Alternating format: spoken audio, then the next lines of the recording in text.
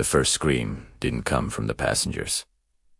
It came from behind the cockpit door. Seconds later, the aircraft lurched hard enough to spill drinks across the cabin. Nervous whispers spread from row to row as frightened eyes searched for answers that no one could give. Somewhere beyond that locked door, the captain had collapsed. The first officer was struggling to keep control, and more than 200 lives were suddenly hanging by a thread. Most people froze in fear. One woman didn't.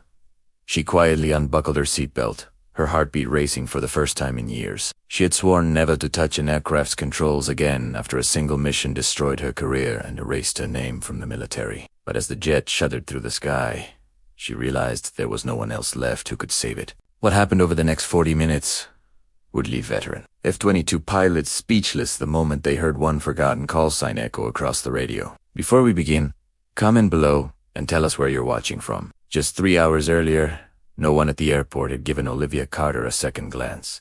Dressed in a faded navy jacket and carrying a single worn backpack, she looked like any other traveler rushing through the terminal. She kept her eyes low, skipped the crowded coffee shop, and chose a quiet corner near the gate where no one would ask questions. That was exactly how she preferred life, now simple, unnoticed, and far away from the person she used to be.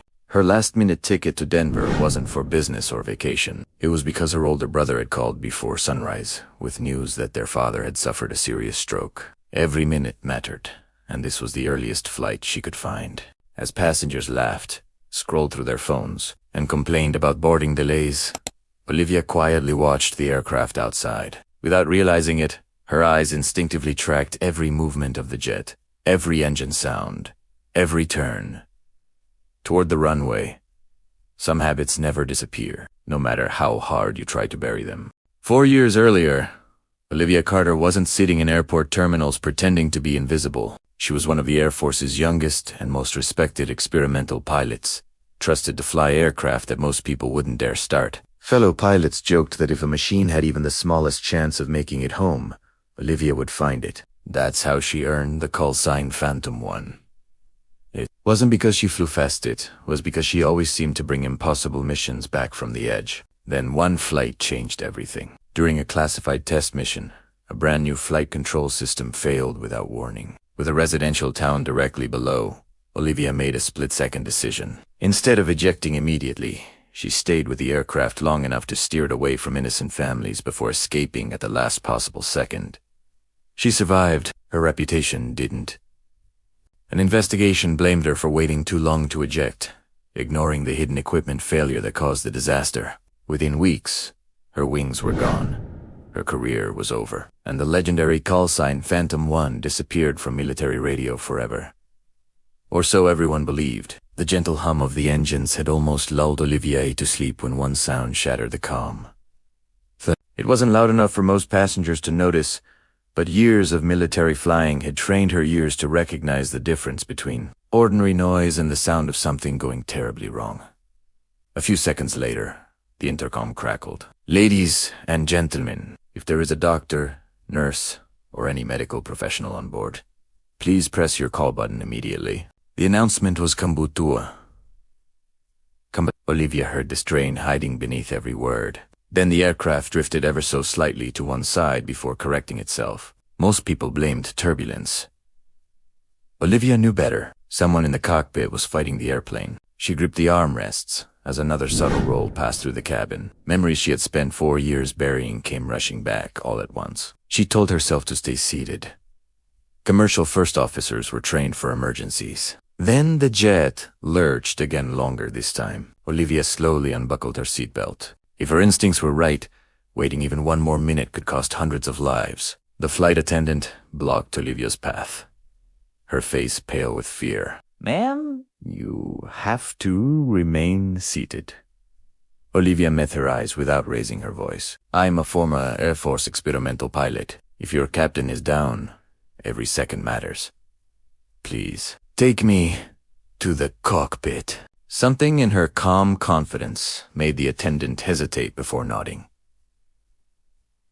The cockpit door swung open. Chaos waited on the other side. The captain lay unconscious on the floor while another crew member desperately checked his pulse. The young first officer gripped the controls with trembling hands, sweat running down his forehead as warning lights flashed across the instrument panel. "You can actually fly this?" he asked.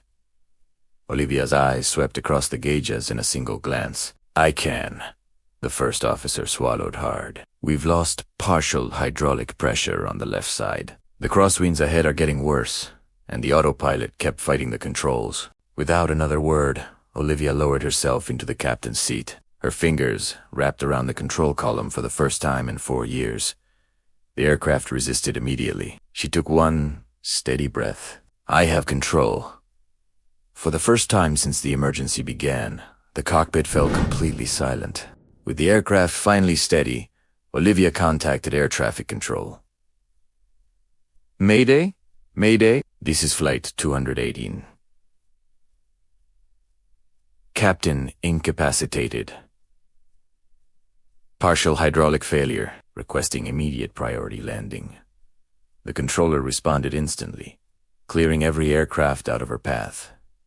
But Olivia wasn't finished. "I also need any military aircraft monitoring this frequency." The first officer looked at her in surprise. "Why the military?" "Because someone up there has flown aircraft that don't behave the way they're supposed to." Moments later, a calm voice broke through the radio. "Flight 280, this is Falcon Flight. 2 F-22s are nearby. How can we assist?" Olivia reached for the transmit button. For a brief moment, her thumb hovered in the air. She had promised herself that name belonged to the past. Then she whispered into the radio. "Falcon Flight, this is Phantom 1. Requesting escort and crosswind support. Silence, not static. Not interference. Pure silence." Inside the cockpit, the first officer frowned. Then another voice, but turned older, slower, almost unbelieving. "Say your call sign again?" Olivia closed her eyes for a heartbeat. "This is Phantom 1. The response didn't come immediately. When it finally did, every word carried the weight of disbelief. "My God." "Phantom 1, we thought you were gone."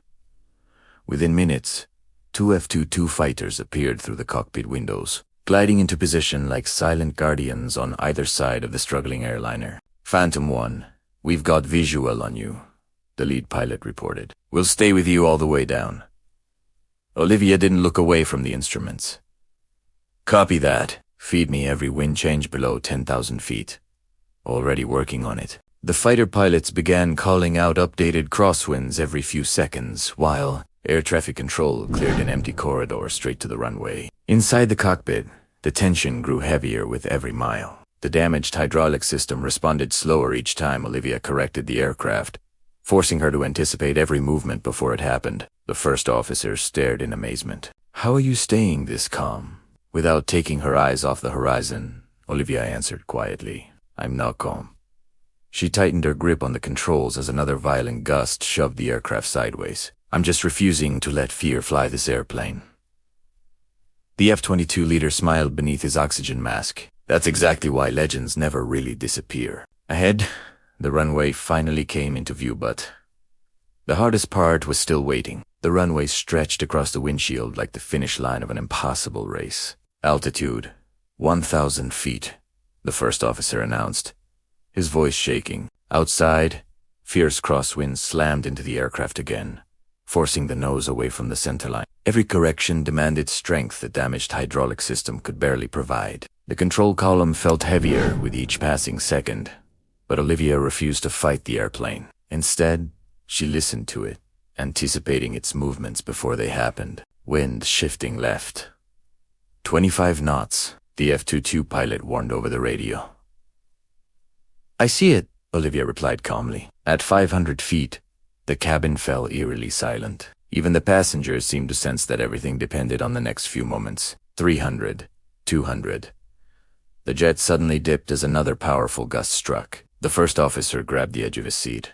Olivia reacted instantly, applying smooth, deliberate corrections instead of panicked ones. The aircraft steadied, aligned perfectly with the runway, and seconds later the main landing gear struck the pavement with a firm, confident thud. A heartbeat of silence followed. Then reverse thrust roared. The aircraft slowed, 80 knots. 60, 40. When it finally rolled to a complete stop, the cockpit remained frozen. Behind them, the cabin erupted into thunderous applause, relieved tears, and grateful cheers. Against every prediction, Phantom 1 had brought them all home. As the cabin doors opened, paramedics rushed inside, racing past grateful passengers toward the unconscious captain. Fire crews surrounded the aircraft while emergency lights painted the runway in flashing shades of red and blue. Olivia quietly stepped off the jet, expecting to disappear into the crowd like she had planned that morning. Instead, several uniformed officers were waiting. At their center stood a silver-haired Air Force general. "You must be Olivia Carter." She nodded cautiously. The general extended her hand. "I've wanted to meet you for a long time." Olivia frowned. "I thought the Air Force forgot about me." "We didn't," the general replied. "Some people buried the truth, but they couldn't erase it." She handed Olivia a sealed folder. "We reopened your accident investigation months ago. The original report left out critical flight data. Our engineers found multiple system failures that proved you didn't cause that crash." Olivia stared at the folder, unable to speak. The burden she had carried for 4 long years suddenly felt lighter. The general smiled gently. "Today didn't restore your honor, Olivia. It simply reminded the world that it never should have been taken away." An hour later, Olivia finally walked into the hospital room where her father sat beside her recovering mother. The moment she stepped inside, her father stood up and wrapped her in a silent hug. "You made it," he whispered. She smiled. So did everyone else. For the first time in years, those words didn't remind her of what she had lost. They reminded her of what she had protected. As her mother drifted back to sleep, Olivia stepped into the quiet hallway and looked through the window at the evening sky. High above the city, a pair of tiny lights crossed the clouds before disappearing into the distance. Her phone vibrated. It was a message from the Air Force. "Captain Olivia Carter, your record is being formally cleared. We would be honored to discuss your return to flight duty when you're ready." A tear slipped down her cheek as she read it again. 4 years earlier, they had taken away her wings, but they had never taken away the pilot. She looked toward the sky one last time and smiled. Some heroes aren't remembered because they never fall. They're remembered because, after losing everything, they find the courage to rise again when hundreds of lives depend on them. And somewhere above the clouds, the call sign Phantom 1 was no longer a forgotten memory. It was flying home.